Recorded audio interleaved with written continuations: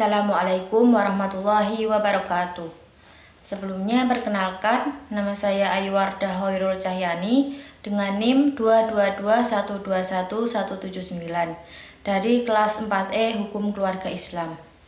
Di sini saya akan membacakan beberapa ayat dan kandungannya tentang akidah akhlak. Yang pertama yaitu Quran Surat Al-Mumtahanah ayat 8 dan 9. A'udzu billahi minasyaitonir rajim. Bismillahirrahmanirrahim. La yanhaakumullahu 'anil ladzina lam yuqatilukum fid dini wa lam yukhrijukum min diyarikum an tabarruhum wa tuqsitu ilaihim innallaha yuhibbul muqsitin. Innama yanhaakumullahu 'anil ladzina qataluukum fid dini wa akhrajukum min diyarikum wa dhaharu ala ikhrajikum an tawallawhum wa man yatawallahum fa ulaika humud dhalimun. Ayat ini menerangkan tentang kebolehan berbuat baik kepada pemeluk agama lain, bahwa Allah Subhanahu wa Ta'ala tidak melarang kita untuk berbuat baik kepada non-muslim yang tidak memerangi mereka, dan tidak juga melarang umat Islam berlaku adil kepada mereka. Allah hanya melarang kamu menyangkut orang-orang yang memerangi agamamu dan mengusir kamu dari negeri kamu dan membantu orang lain dalam pengusiran itu. Allah juga melarang untuk menjadikan mereka sebagai teman. Ayat yang kedua yaitu Quran Surat Al-An'am ayat 82.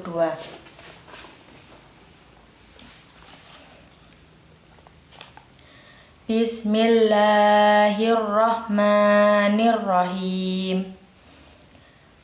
Alladzina amanu wa lam yalbisu imanahum bidzulmin ulaika lahumul amnu wa hum muhtadun.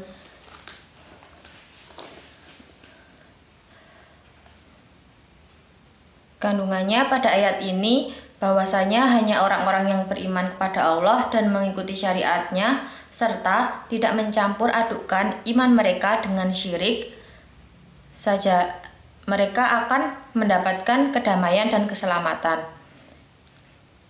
Mereka adalah orang-orang yang mendapatkan bimbingan. Mereka dibimbing oleh Rabb mereka ke jalan yang benar.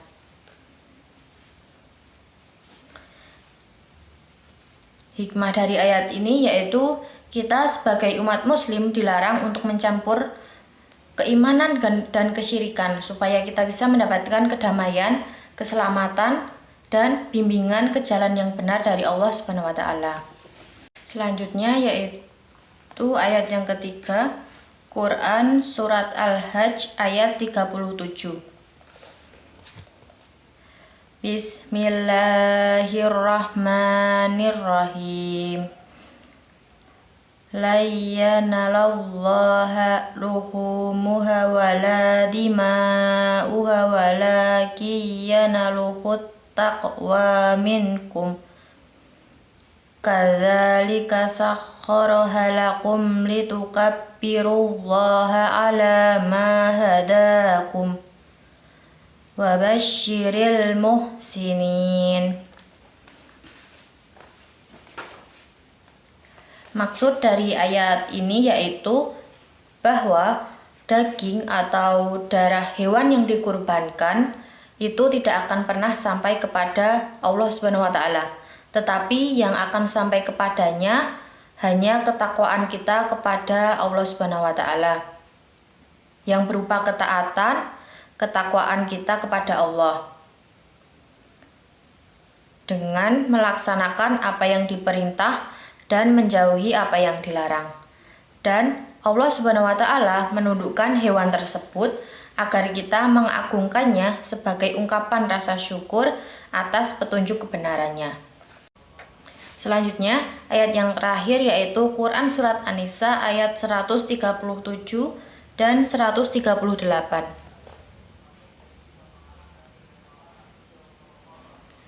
Bismillahirrahmanirrahim.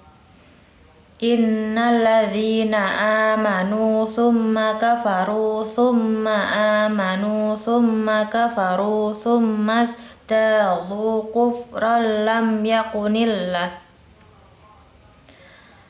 yakunillahu liyaghfira lahum wa la liyahdiyahum sabila. Basyiril munafikina bi anna lahum adzaban alima.